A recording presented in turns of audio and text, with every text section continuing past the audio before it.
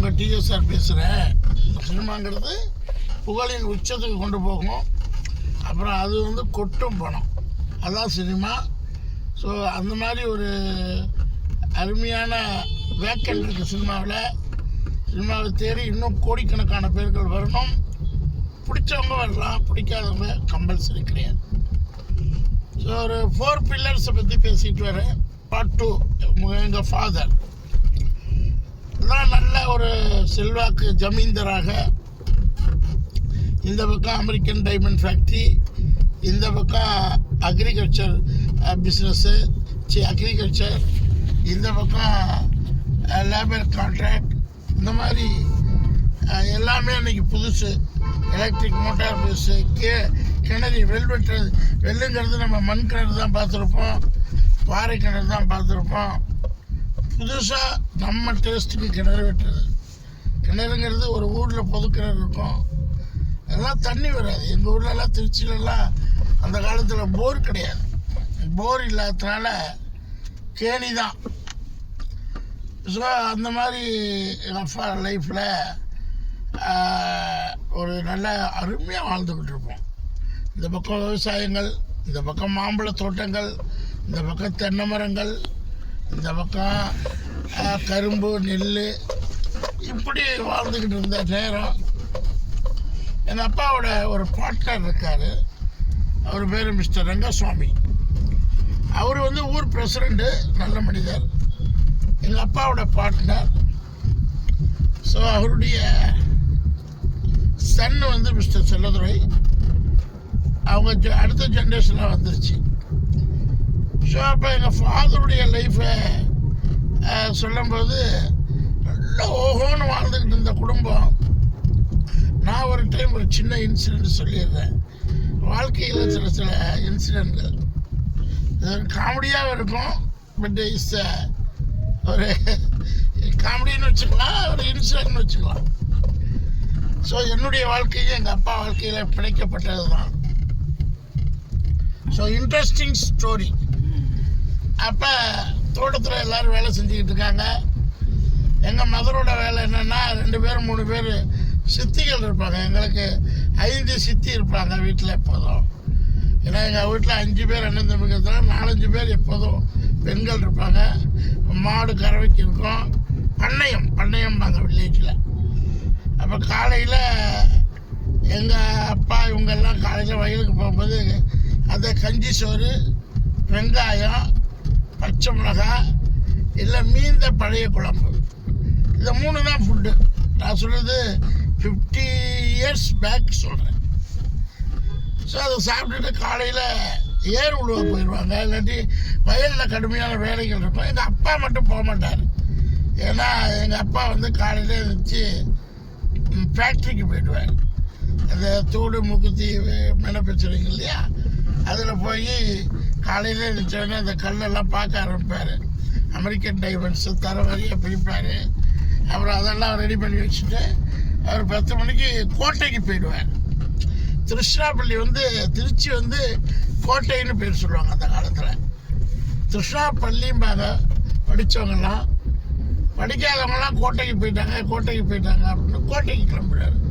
10 மணிக்கு அந்த அமெரிக்கன் டைமண்ட்ஸை கொண்டு போய் கொடுத்துட்டு ஈவினிங் ஒரு 3:30 4 o'clock வந்துடுவாராம். நான் பார்க்கும்போது அதெல்லாம் எனக்கு ஞாபகம் இல்லை. ஏன்னா நான் 1வது படிக்கிற பையன், இல்லை 2வது கூட போகலை, 1st ஸ்டாண்டர்ட். எனக்கு ஒரு 5 இயர்ஸ் இருக்கும். அப்போ இப்படியே எங்கள் அப்பாவோட லைஃப் அப்படி போச்சு. எல்லா சித்தப்பாவும் டைமண்ட்ஸு மேனுஃபேக்சரர். ஆறுமுகங்கிற ஒரு சித்தப்பா ரொம்ப 6 அடி ஹைட் இருப்பார், ரொம்ப முன்கோவக்காரர், எடுத்தவொடனே கை நீட்டுற கேரக்டர் அவர். எங்கள் ஊரில் வந்து வில்லேஜில் ஏதாவது ஒரு பிரச்சனை வந்ததுன்னா கை நீட்டுற கேரக்டர். அதில் மாதிரி மிஸ்டர் எங்கள் பொன்னுச்சாமிங்கிறவர் ரொம்ப soft character, but is American diamond technician. கடைசி சித்தப்பா ரத்னம் வந்து எனக்கு உணவு தெரியல, பட் அவர் வாழ்ந்த காலங்கள் என்னை தூக்கி வளர்த்துருக்காரு. அப்புறம் எங்கள் அத்தைகள்லாம் ரொம்ப ஃபேமஸ். எப்படின்னா அத்தைகள் வந்து எங்கள் அத்தை வந்து எனக்கு பால் கொடுத்து வளர்ப்பாங்களாம். ஸோ ஒரு 5 தாய் வயிற்றில் பால் குடித்து வளர்ந்தவன் நான். ஸோ அவ்வளோ பாசம். ஸோ அப்படியே செல்லமாக போயிட்டு இருக்கும்போது தோட்டத்துக்கு ஒரு நாள் போயிட்டேன். எங்கள் தோட்டத்தில் மாங்காய் காய்ச்சி தூங்கும். எங்கள் அப்பா ரொம்ப ஸ்ட்ரிக்ட்டுன்னு சொல்லியிருக்கேன். எடுத்தவொடனே அடி பின்னிடுவார். பளிச்சுன்னு இருக்கும் அவர் அறைகள். அப்படியே இரும்பு கையில் அடி வாங்குற மாதிரி இருக்கும். பட் அவர் சாஃப்டான மனிதர் தான். பட் அதுவே ரொம்ப டிசிப்ளினு. அந்த மாதிரி இருக்கும்போது அப்படி மாங்காய் மரத்தை எங்கள் அப்பாவுக்கு பயந்துக்கிட்டு எங்கள் தோட்டத்துக்கு போயிடுவேன். ஏன்னா அவர் ரொம்ப டிசிப்ளின். பள்ளிக்கூடத்துலையும் சரி எல்லா இடத்துலையும் 1வது 2வது தான் படித்தேன். அதுக்கப்புறம் 2வது படிக்கும்போது நினைக்கிறேன், 1வது படிக்கும்போது நினைக்கிறேன், நேராக தோட்டத்துக்கு போகும்போது எங்கள் ஊரில் தோப்பு இருக்கும், மாந்தோப்பு. அதாவது சின்ன இடம். அந்த தோப்பில் பெரிய மரங்கள், மாமரம் 2 மரம் இருக்கும். இடையில 2 மாமரத்துக்கு இடையில ஒரு ஒத்தையடி பாதை. அந்த பாதைக்கு பக்கத்தில் பழைய காலத்து கிணறு. அந்த தோட்டத்தை நாங்கள் வாங்கும்போது இன்றைக்கும் அந்த தோட்டம் இருக்குது. 4 தலைமுறையாக தண்ணி இருக்குது. எங்கள் தோட்டத்தில் விவசாயம் ரொம்ப அபரிதமாக இருக்கும். தண்ணி இருக்கும். மெயினாக எங்கள் அப்பா தண்ணி அடுத்த தோட்டத்துக்கு கொடுத்த ஹெல்பிங் மைண்டு. அன்றைக்கெல்லாம் தண்ணிங்கிறது என்ன, ஒரு 5 ரூபா கரண்ட் பில்லு கட்டினா போதும் அப்படின்னு மாதிரி ஆகிடும். ஏன்னா அப்போல்லாம் கரண்ட் பில்லு விவசாயத்துக்கு ஃப்ரீ கிடையாது. 60 வருஷத்துக்கு முன்னாடி கிடையாதுன்னு நினைக்கிறேன். ஸோ கரண்ட்டுங்கிறதே அபூர்வமான ஒரு விஷயம். கரண்ட்டு கிடைக்கிறதே பெரிய விஷயம். ஃபஸ்ட்டு பெற்று மோட்டரை போட்டார், கேணி வெட்டினார். அப்போ அந்த பழைய கேணி துத்து வச்சிடணும், மூடி இருக்கணும். ஆனால் அவங்க என்ன பண்ணிட்டாங்கன்னா அந்த கேணியை அப்படியே விட்டு வச்சுட்டாங்க. ஏன்னா அதை அந்த காலத்தில் துக்கிறதுக்கு அதை துக்கிறதுனா மூடுறதுக்கு சில வார்த்தைகள் நம்ம லோக்கல் தூய தமிழ் வராது. கேணியை மூடாமலே விட்டுட்டாங்க. அந்த ஒத்தையடி பாதையில் அந்த மாங்காய் மரத்தை பார்த்துக்கிட்டே ஒரு கால் பாதையிலையும் இன்னொரு கால் கேணியில் வச்சுட்டேன்.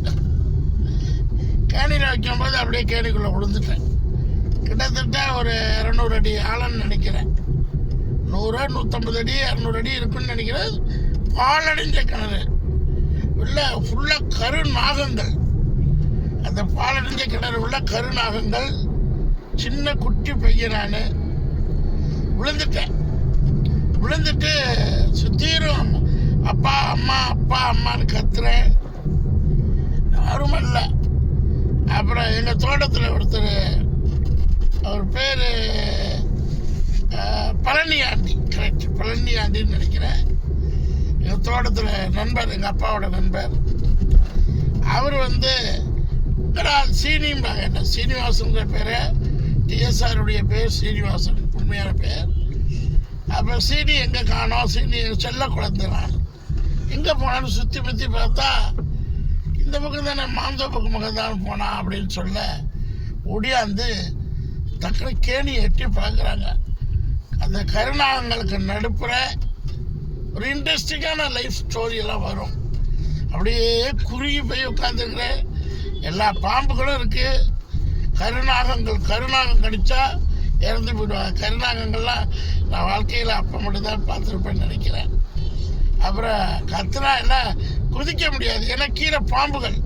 கருநாகங்கள் இருக்குது, நான் இருக்கேன்.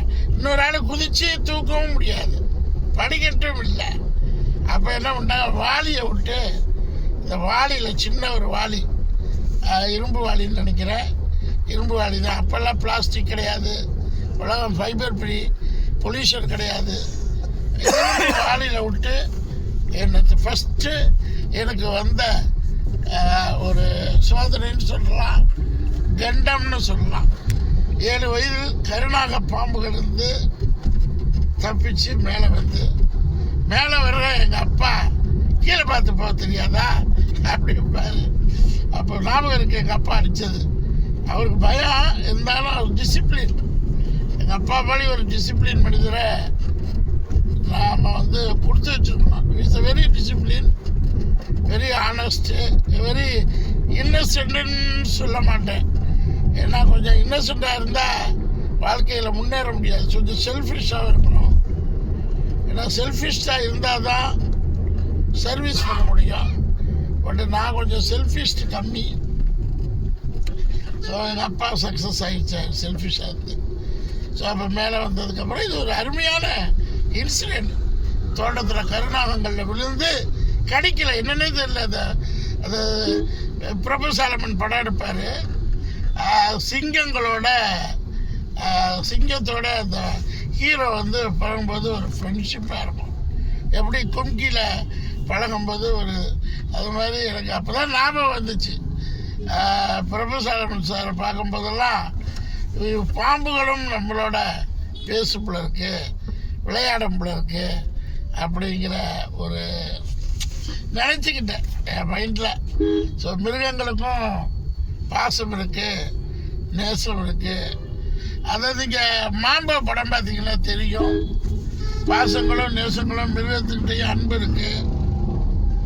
இந்த மாதிரி நிறைய சொல்லிக்கிட்டே போகலாம். எதுக்கு நான் ஒரு ஃபாதருங்கிற கேரக்டர் வந்து சொல்லும்போது எல்லா நிகழ்வுகளையும் சொல்லணும். அதுக்கப்புறம் இது வந்து ஸ்டோரியாகவும் எடுக்கலாம். ஃபியூச்சர் ஃபிலிமாக கூட எடுப்பேன். எனக்கு அன்லிமிட்டட் படம் வந்தபோது மை ஃபாதர் வச்சு ஒரு நல்ல ஸ்கிரிப்ட் எழுதி சில சம்பவங்களை எழுதுகிறேன். இருந்தாலும் இந்த ஸ்டோரியை வந்து யார் எடுக்க முன்னு வந்தாலும் எல்லா வித சப்போர்ட்டும் நான் பண்ணுவேன். எங்கள் ஃபாதராகவே நான் நடிக்க முடியும். அதுக்கான ஃபாதர் கேரக்டர் அப்படி 4 பில்லர்ஸில் அவர் ஒருத்தர் மெயின். எப்படி மதர், எப்படி சன்னு, எப்படி டாக்டரோ நமக்கு 4 பில்லர்ஸில் ஒரு மெயின். ஸோ அப்படியே எங்கள் அப்பா பிஸ்னஸ்ஸு, அந்த பிஸ்னஸை வந்து கொஞ்சம் நீங்கள் சகிப்புத்தன்மை எடுத்துக்கணும். என்னடா சொந்த கதையெல்லாம் யூடியூப்பில் போடுறாருன்னு இன்சிடென்ட்ஸு நிறைய. இந்த கருநாக பாம்புகளோடு நான், ஒரிஜினல் கருநாக பாம்புகளோடு நான். ஸோ இந்த ஏதோ ஒரு இன்சிடென்ட் சொல்லுவோம், ஏதோ ஒரு லைஃப்பில் சேஞ்சிங் வரும். ஸோ அதை ஃபஸ்ட்டு கண்டம்னு சொல்லுவாங்க வாழ்க்கையில். அது வந்து எனக்கு மிருகங்களோட, அதுக்கப்புறம் பாம்புன்னா படையும் நடக்கும், அது வேறு விஷயம். ஃபஸ்ட்டு பாம்பு அதான். தோட்டத்தில் ஆல்வேஸ் பாம்பு இருக்கும். எங்கள் தோட்டத்தில் எப்போதுமே எல்லா வகையான பாம்புகளும் இருக்கும். வரப்போகிறோம். அந்த காலத்தில் பாம்புகள் வந்து தோட்டத்தில் தான் வாழும். புழு பூச்சிகளை பிடிச்சி சாப்பிடும். அதுக்கு உணவு கிடையாது, தோட்டம் தான் அதுக்கு மீன். வீட்டுக்குள்ளேயும் வரும், ஊரில் அடிச்சிருவோன்னு சொல்கிறதுனால அடைப்புகளில் இருக்கும். ஸோ அதுக்கப்புறம் எங்கள் அப்பா பிஸ்னஸ்ஸு அப்படியே கொஞ்சம் கொஞ்சமாக அமெரிக்கன் டைமண்ட்ஸ் வர வில்லேஜ் எஜுகேஷன் இல்லாத சூழ்நிலையில். இனிமேல் சேனலை லைக் பண்ணுங்கள், ஷேர் பண்ணுங்கள், சப்ஸ்கிரைப் பண்ணுங்கள்.